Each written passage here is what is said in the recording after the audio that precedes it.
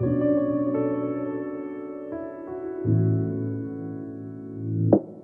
name is Jordan Desjardins, and I am the operator and the arm at Black Lodge Leatherworks. And today we're going to be making a wallet out of veg tan.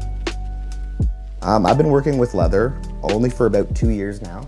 I picked up a super cheap leather making kit, and from there I've been building up on my tools, higher end tools.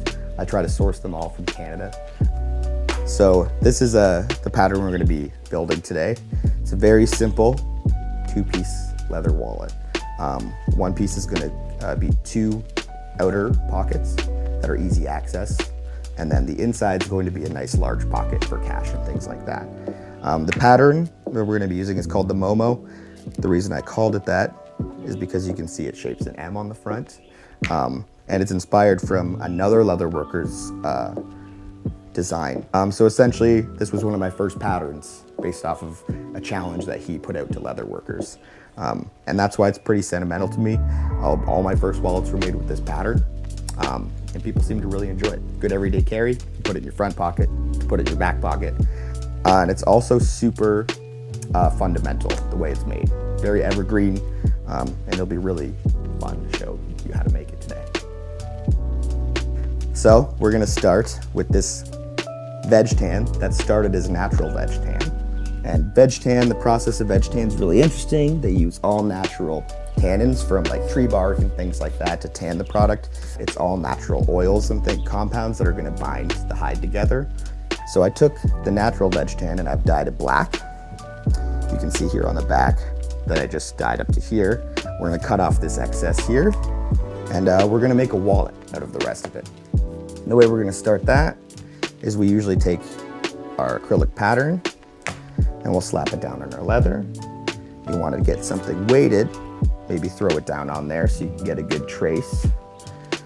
We have a nice outline for us to cut out.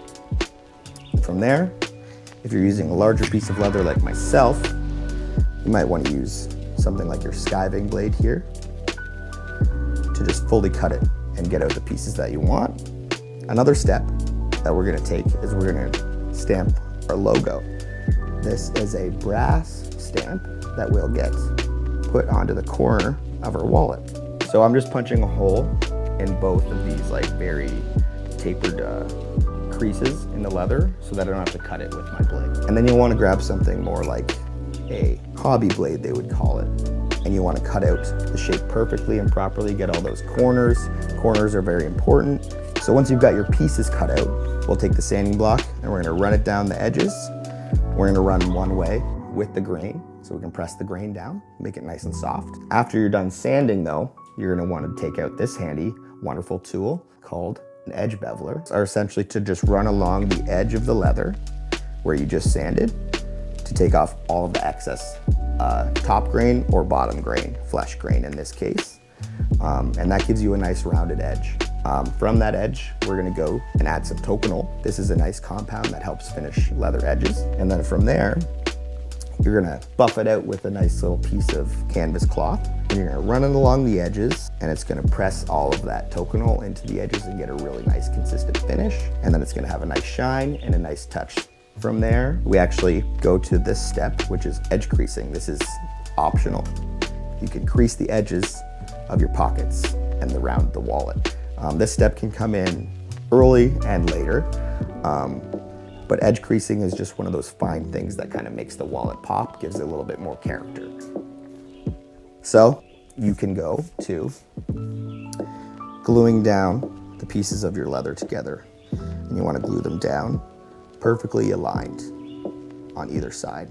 And if they aren't, that's totally okay, because we're going to cut away excess on either side. From there, you want to set your stitching holes, and stitching holes can be done with something called a pricking iron. This is a Japanese diamond tip, and this is the one that we're going to use today for this wallet. The spacing for this stitching chisel will be great for the thread that we have here to pick from. And once you're done stitching everything together, you're going to want to take your bone folder here And you're gonna press it into either pocket to get all that excess glue out of the corners. Open up the pockets so that you can already have a nice tactile in and out for your cards, cash, receipts, anything like that. And from there, we're gonna go back to sanding. And this time we're gonna sand 3 different grits so we can get a really nice fine finish and get those edges nice and flat. And we're gonna bring back in our tokenol, get them a little rigid. We're gonna go in with 600 grit, get them a little bit nicer. If we have to, we'll bring back our edge beveler because sometimes it can flatten out the ridges a little bit. We keep adding tokenol, bringing back our canvas cloth, buffing out those edges until we get a nice mirror finish or until we're happy with the finish. And basically from there, you put your cards in it, you put your goodies in it, and you put it in your pocket.